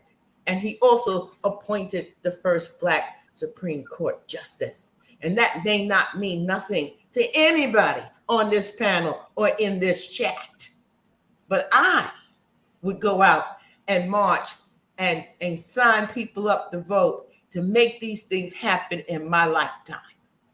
And I'm real happy and real proud about it. So I would hope that the youth of Emmanuel is ready to get out there and start to get some signatures for what he wants, versus coming up on YouTube panels, spilling out a whole bunch of whatever. I'm done. Amen, Felicia. And let's not forget, them justices is finna be up again. Felicia, you took the words right out of my mouth about Reagan. I was going to say exactly the same thing.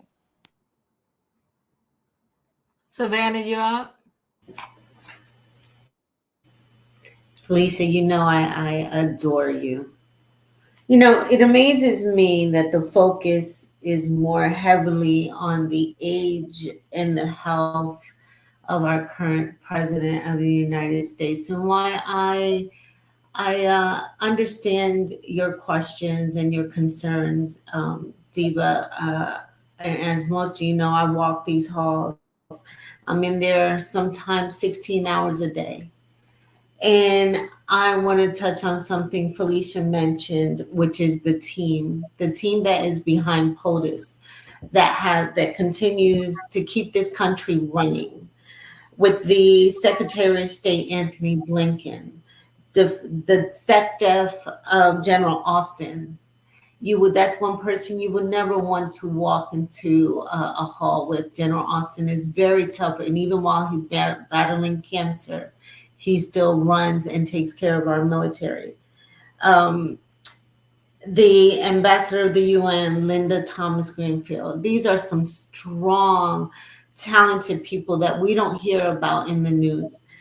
And in the president's cabinet, there is 13 women, 15 minorities total.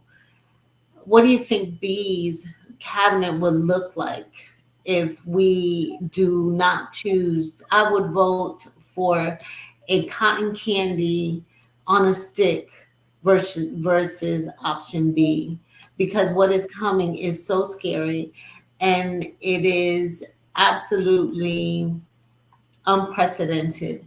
This and I can understand that there is some concerns about his age. Trust me, I do. But I'm surprised that more than it's just not the Democratic Party talking about their candidate, a man who was convicted of 34 felonies, of libel for essay, business fraud, under 3 other indictments, lied pathologically during the debate. I mean, we couldn't even count and keep up with his lies. The poor fact checker was running out of time trying to debunk his lies. So, I've asked this question of Sebastian. I think I mentioned it of Emmanuel previously. Who are your leaders? Who is this youth that is constantly complaining and not doing anything? When's the last time you volunteered in your community and did something in your schools? And be proactive and part of the solution, instead of this reaction and coming on different panels and all this chatter I'm seeing in the chat by Sebastian. I'm afraid for what may come. And do I have concerns? Absolutely. But I trust the team behind POTUS, and I trust that they will continue to move this country forward and take care of our military and our government civilians, as well as handle what is in front of us. And the other option is just too scary to even think about.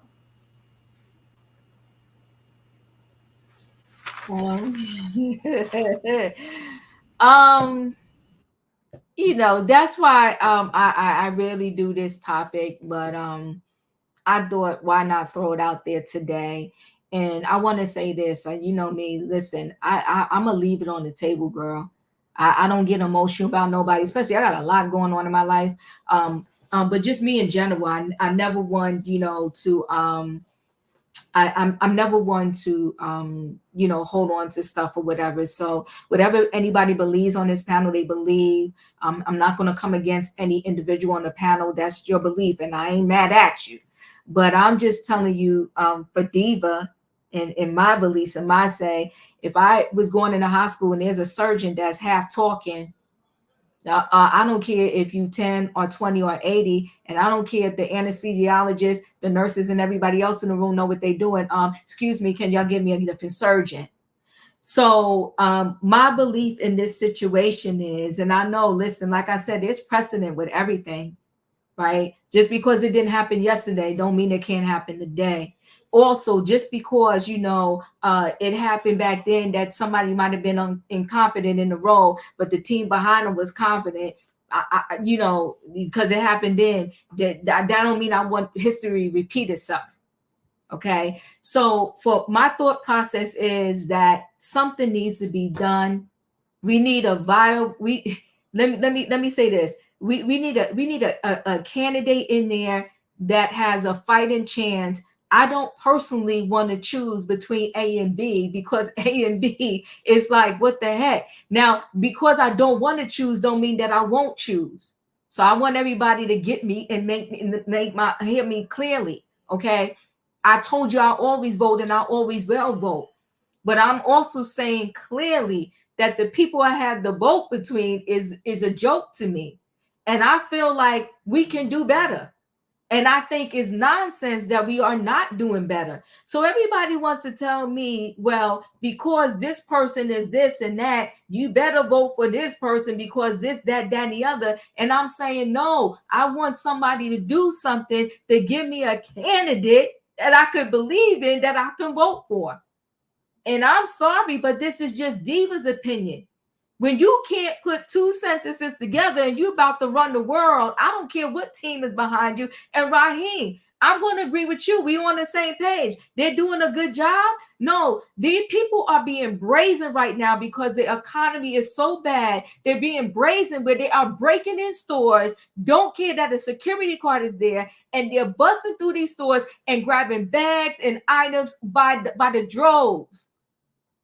You got everyday people in the what do you call that checkout line? The self-checkout line. You got everyday people, instead of ringing up all their groceries, they're ringing up 2 items and trying to walk out the supermarket with the rest.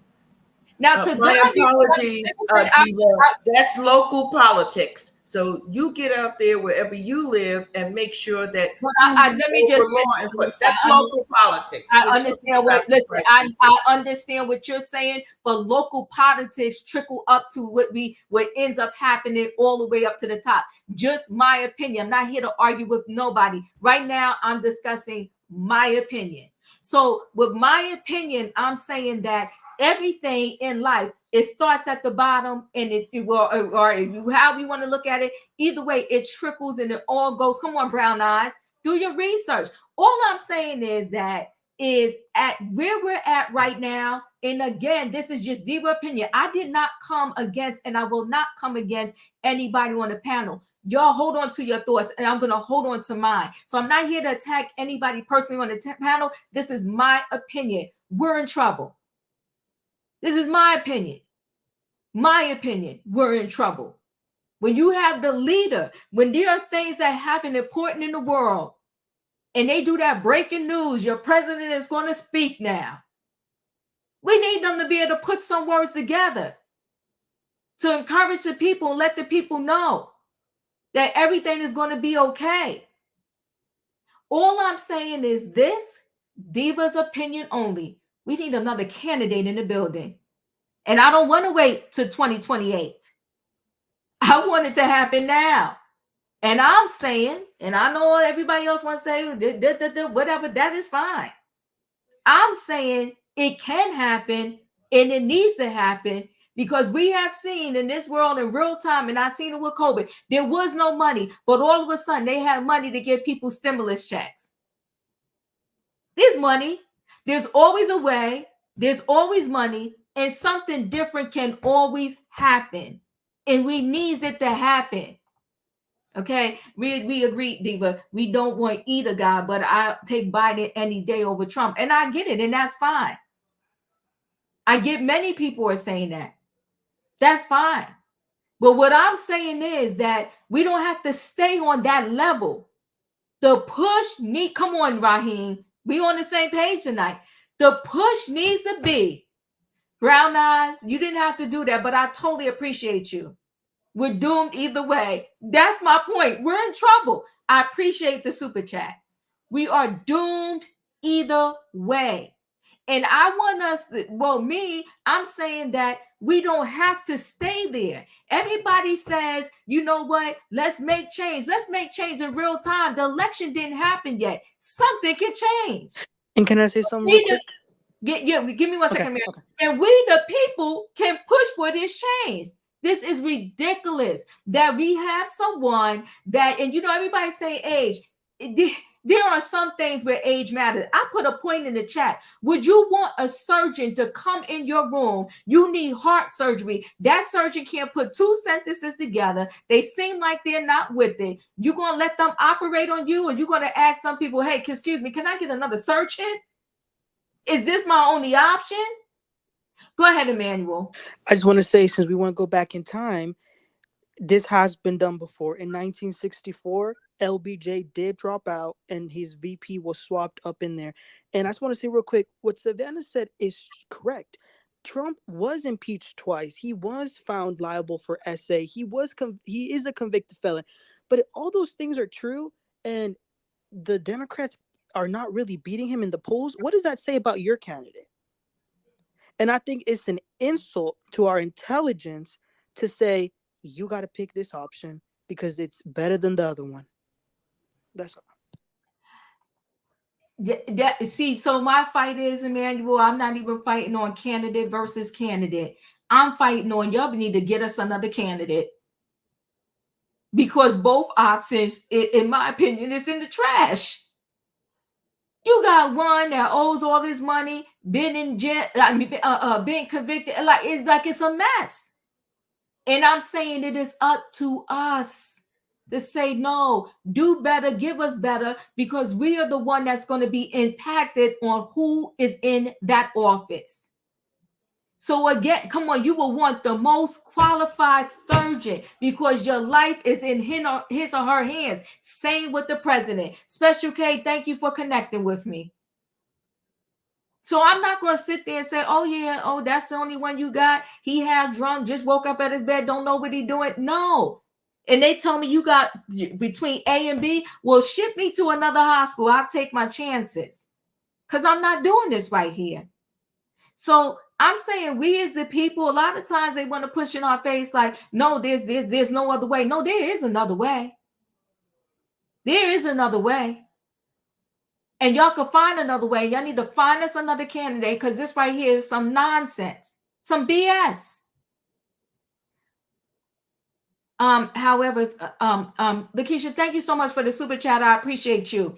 Are you not curious at all why the Republicans aren't saying anything? Because people are falling for their game. No one is talking about all the lies that Trump told in the debate. Nor the Supreme Court giving presidents total immunity to commit crimes. It's a lot of smoke and mirrors going on. But see, what they do know is, and again, my opinion, this is not to come against anybody, my opinion right now, what they do get is that we're going to stay right here with this. That we're going to do, oh, well, this one is better than that one. You got two failing students, and it's like, you're like, oh, I'll take the student that, failed a little bit over the student that failed a little bit more than the other one. An F is an F. An F is an F. And to me, this is not about Republican or Democrat. This is about two Fs running, and I got to choose between the both of them.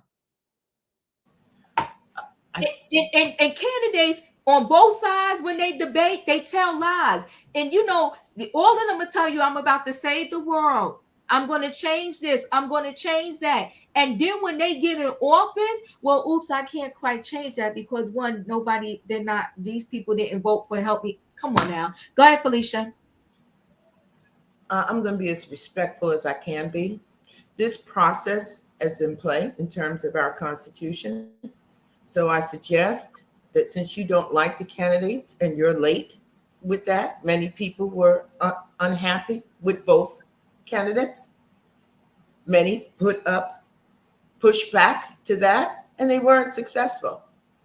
So you now know you're not happy with either one. You don't like the process. You should be one of the people who go out there to get with a group of people who want to change this process.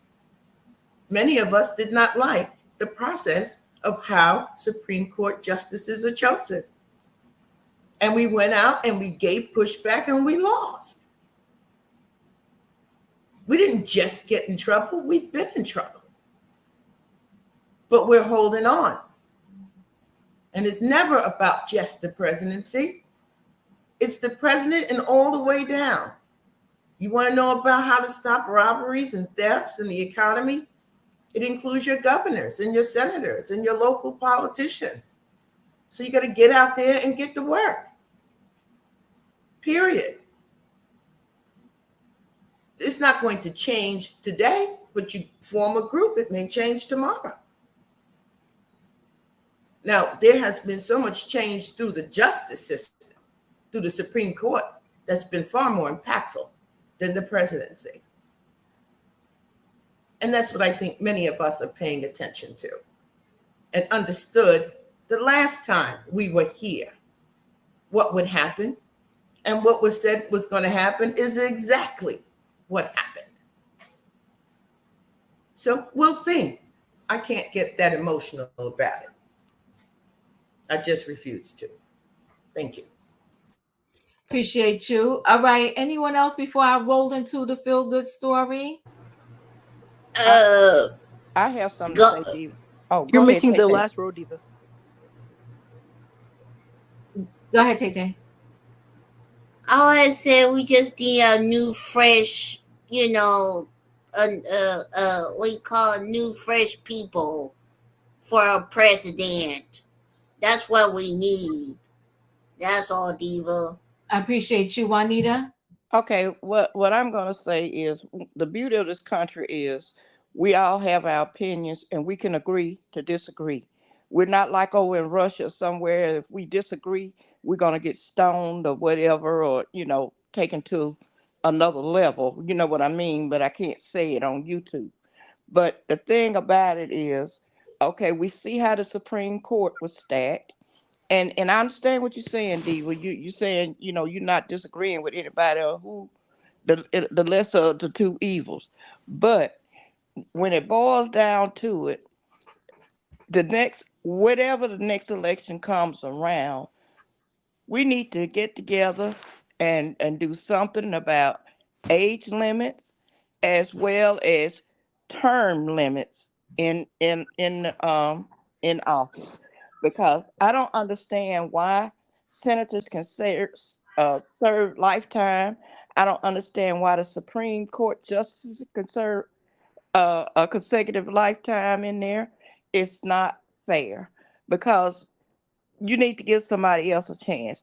Also, when they want to shut down the government, their paychecks aren't affected. So these are some things that we need to focus on rather than fighting with each other about what. Okay, we know there's nothing we can do about this election coming up. We know that we got 4 months to go. Okay, so what our main focus need to be on, if we're really fighting for democracy, is to change the laws. And how do we do that? We get out and vote. We look for people who are qualified, and we get the darn thing turned around. That's the only reason. Arguing, bickering, all this, it's not going to get us nowhere. Nowhere. We need these younger minds in here with younger ideas to work together and not be like this group of people are now. So that's all I got to say. Thank you. Listen, you know what, Celine? Let me say this to you. You know what's funny to me? I did a story one time on a mayor in I forgot what state it was. Let's say I said Atlanta. The people was coming in my comments saying, "You got the wrong man, Diva. It's a lady that they're investigating this, that, and the other," right? Talking politics here. And I said, I told my girlfriend, I can't even address this nonsense, right? Because there's more than one mayor. Everybody got a mayor in their town. Last I checked. The town I live in has a mayor, but then there's a mayor for the state of New Jersey. So I'm looking at the comments like,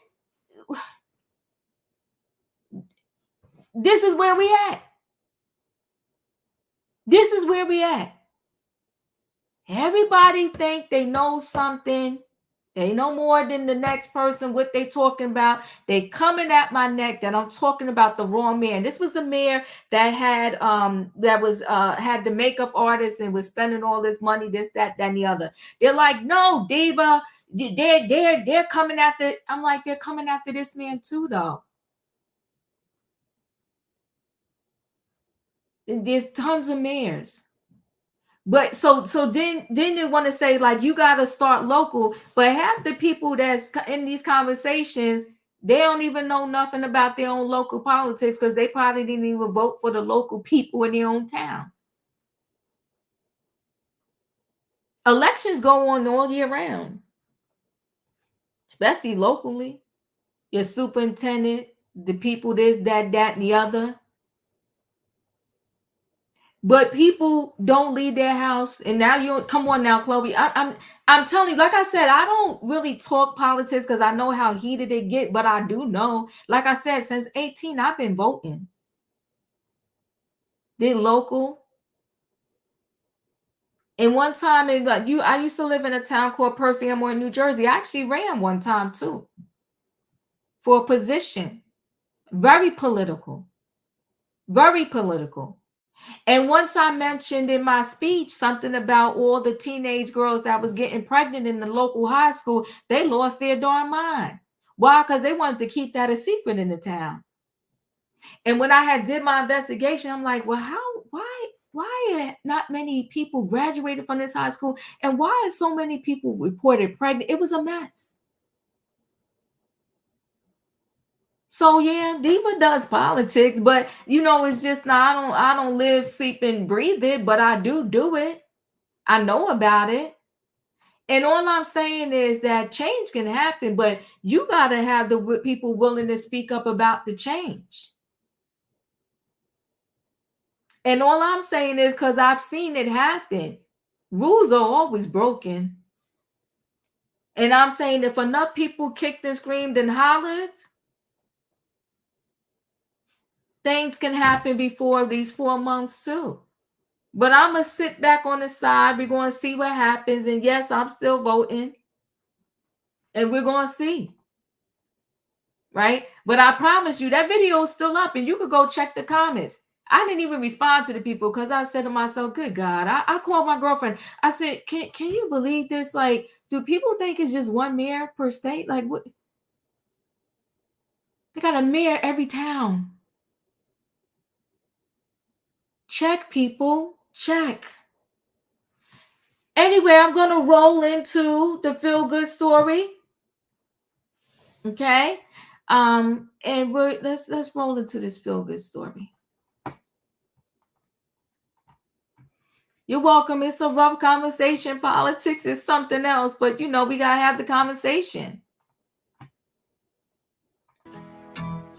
This morning in our series, Dad's Got This, an inspiring story really of love and family. I recently met a man who made a life-changing decision, not just for himself. He is now a single dad of 3 young brothers, and his journey is guided by the memory of his own father. Oh! But this isn't just a dad and his 3 boys passing the pigskin. There's so much more to this story. I discovered a path where you can foster to adopt. What better way than to change the trajectory of someone's life by bringing them into your home and just trying to show them that somebody cares for them. Yeah. Right. At age 45, Jason Smith took a leap into the unknown by fostering 3 brothers, Tavon, Irion, and Tavion, ages 9, 10, and 11. His home would be their 6th foster placement in the last 5 years. You didn't decide to just foster one child. No. No, you decided, you know what? I think I could do 3. Was that the plan from the beginning? Craig, that was not the plan from the beginning. So when you swing, your hand will go right over this, right? Jason took a 9-week training program with the Department of Family Services in his home state of Nevada. They prepare you almost for the worst, right? To help you understand this is a different type of kid. Yep. And here's what they may come with.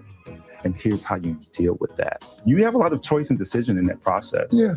And so do you want a boy? Do you want a girl? Do you want a kid with special needs? Do you know, so I was looking for a son, right, that I can potentially be a great match for.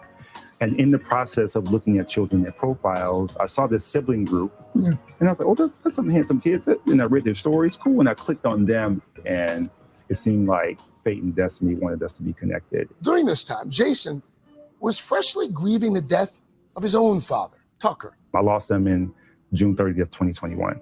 I dealt with it. I flew home, did the arrangements, and I think I'm still dealing with that a little bit. Each day is better, but I feel pretty strongly that his spirit is with me and guiding me and making things happen.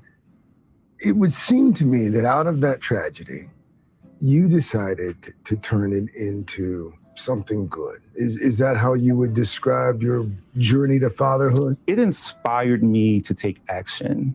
I'd always toyed with the idea of having kids, right? And in the moment where he passed, I was like, damn, yeah, I never gave him grandkids. After a 6-month foster, Jason jumped at the opportunity to adopt the brothers. They call him Papa J.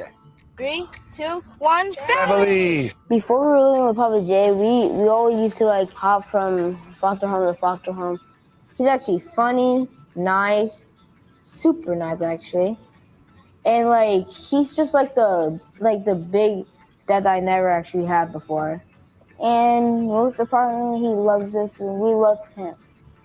What's your hope for your family going forward? I just want to see them grow up to be smart, intelligent, great Black men to make a difference, to take their experience and use that to do some amazing things.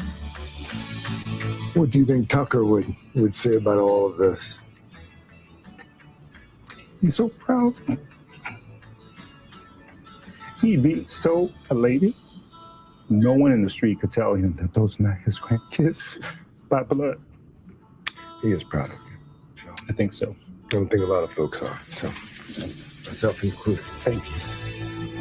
Oh my goodness, it's gonna have us crying this morning. Well, you know, his decision, Jason's decision, it's especially impactful because Black children are overrepresented in the foster care system relative to the general population. So as you can imagine, it is not easy to do it, not cheap to do it. You know too. You rear 3 children, just the groceries alone, and their camps, their sports, there's everything else. And he's a single dad, so he's started a GoFundMe campaign to help as well. So there's information out there that you can find if you want to help out that. So they had 6 foster homes before that one? That was their 6th in 5 years. 6 in 5 years. Those kids now, and you see the joy in their eyes. I mean, they found love, and they get to be together. They get to be together. Wow, Yes. that was good. Which, as you know, is not always the case in the foster care system. That was great. For more inspiring stories like that one, check out our streaming series, The Boost, on today.com/all-day. And it's also, of course, on your smart TV as well. That was good. Thank you. The Boost. What a great story, Jamie. God bless you. I see you say your child is adopted. God bless all the adopted mothers and fathers out there. Mothers and fathers that adopt children out there. I know my sister's best friend adopted 2 children. It's a beautiful story and a good thing. It's also amazing that he decided to adopt these 3 brothers to allow them to stay together. I just thought it was a great story. I cried when I first watched it. Got a little teary-eyed again watching it again, especially because, he just like, I want my father to be proud of me. Sebastian, I don't have time. I did not think about that. That is not my ministry. That is not my ministry. But God bless the people who that is their ministry. You got to know your lane, and that is definitely not my lane, but blessings to all the people where that is their lane. Anyway, guys, I mean, the conversation was, we said buckle your seatbelt, okay? Thank you for being here for the conversation. Thank you for allowing us to have moments of where we got to agree to disagree because, everybody has their free reign to say whatever they want over here. And, you do not have to agree with me. I'm cool with that, right? And I just like to, to have the balance there, and it's okay. It's a great conversation to have. We need to have this conversation because our lives are impacted by policies that are made. And things that happen. So anyway, guys, y'all know the routine. I thank y'all for spending Saturday night with me. But y'all know the routine. Hit the like button. If you didn't hit it on the way in, hit it on the way out. Good night and goodbye, everybody. And I hope you enjoyed your Saturday. Bye, everyone.